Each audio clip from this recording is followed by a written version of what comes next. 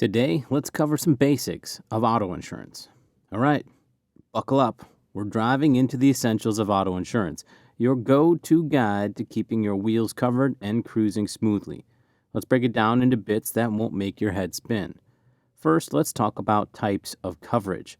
Liability coverage being probably the most important. Think of it as your superhero shield against costs if you're at fault in an accident. That's right. If you're liable, this is what you need.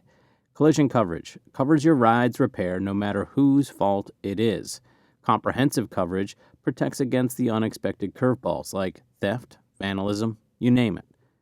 Uninsured and underinsured motorist coverage is basically your sidekick when the other driver has no insurance or not enough. What covers and affects your costs? Well, your driving record. Keep it clean, my friend, and you're in for some insurance discounts. Your age and gender come into play as well. Are you young or are you a dude? Well, brace yourself for a slightly higher premium. Vehicle types, well, if you have a flashy ride, it might cost a bit more to keep it covered. Coverage limits and deductibles, if you play around with these a little bit, you can find a sweet spot that helps to fit your budget. And even your credit score matters. Yeah, crazy, right? A good credit score can be your ticket to lower premiums. Now let's demystify some policy lingo. First, the policy term. How long are you in this insurance game for? Policies usually run for 6 months or a year. Pretty simple, pretty straightforward. That's how long your policy lasts for. The declarations page, it's basically like a cheat sheet. All your policy details will be in one spot there. So if you need to quickly take a glance at something, look at the declarations page. Premium is the amount you cough up for coverage. Monthly, quarterly, or yearly, you get to choose.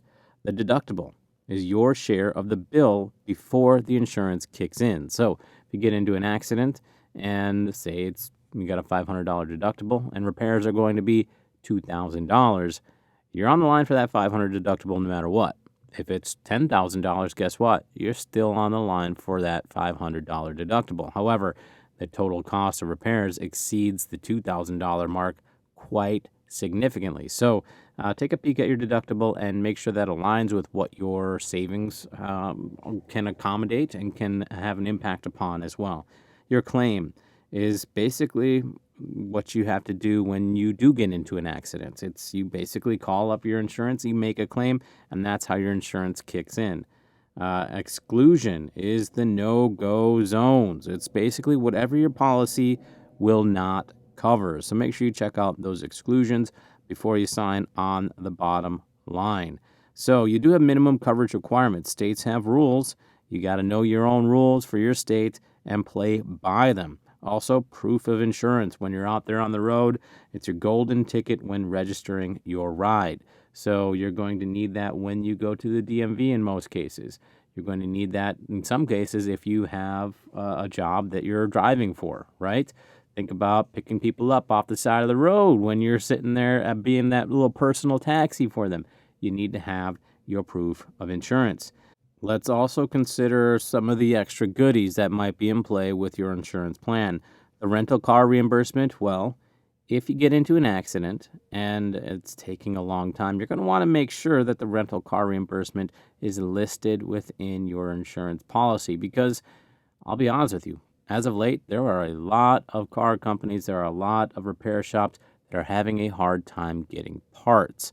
And when that happens, you might be stuck with a bill for a rental car. Now, you want to make sure that it's covered, and you want to make sure that it's covered for the duration of the repair. So keep that in mind when you see a rental car reimbursement. Roadside assistance is oftentimes included in some of your insurance plans. It's basically a hero in the shadows, ready to save you from flat tires and empty gas tanks when you need it. The irony of this situation, especially within my situation, is I never need it until I don't have it, right? And so it's one of those situations where you have to decide whether or not it's an important policy aspect for you. Gap insurance is when your car's value and what you owe decide to do a little inverse relationship. That's right. Gap insurance helps to coverage that difference in what you owe versus what the car is valued at, which basically happens the moment you drive it off the lot. Navigating the insurance options, you must make sure you comparison shop.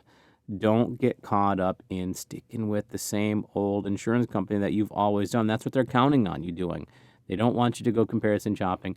And sure, you can sit there and say, well, I've had a great time with my insurance company, but you probably have also never had to use them. So make sure you take a quick peek at other options, other offers that are out there, especially when many companies are offering exact same coverage.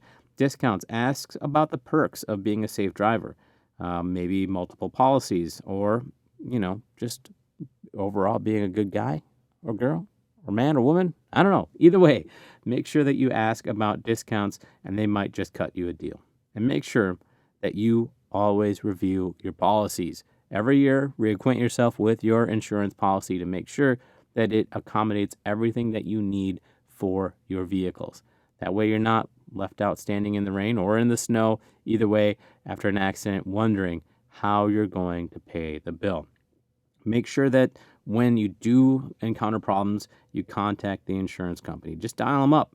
And then when things get wild and you have to sit there and get a repair done, especially if it's somebody else's fault, well, then they're on your side, because these insurance companies, they don't want to pay for the repair. They want to make the person who's at fault do it.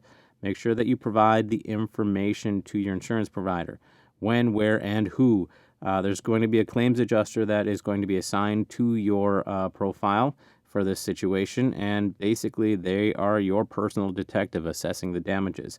Eventually, you're going to get a repair estimate, and these are the quotes for the detective's case file. That's right, your claims adjuster will hand you off with an estimate, and that's how you make a decision based upon whether or not you want to take the cash, get the repair done, things along those lines, and that is your settlement.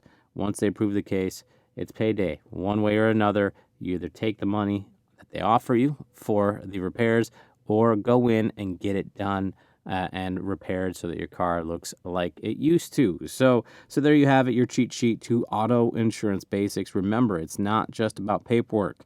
It's your safety net. On these crazy roads, you can't trust anybody. You can't even trust yourself these days, it seems like. So make sure you get that auto insurance coverage for yourself, for your family's security, for your safety, and for that beautiful four-wheeled vehicle you put so much time, money, and effort into. Make sure you take care of it, everybody. Have a good one.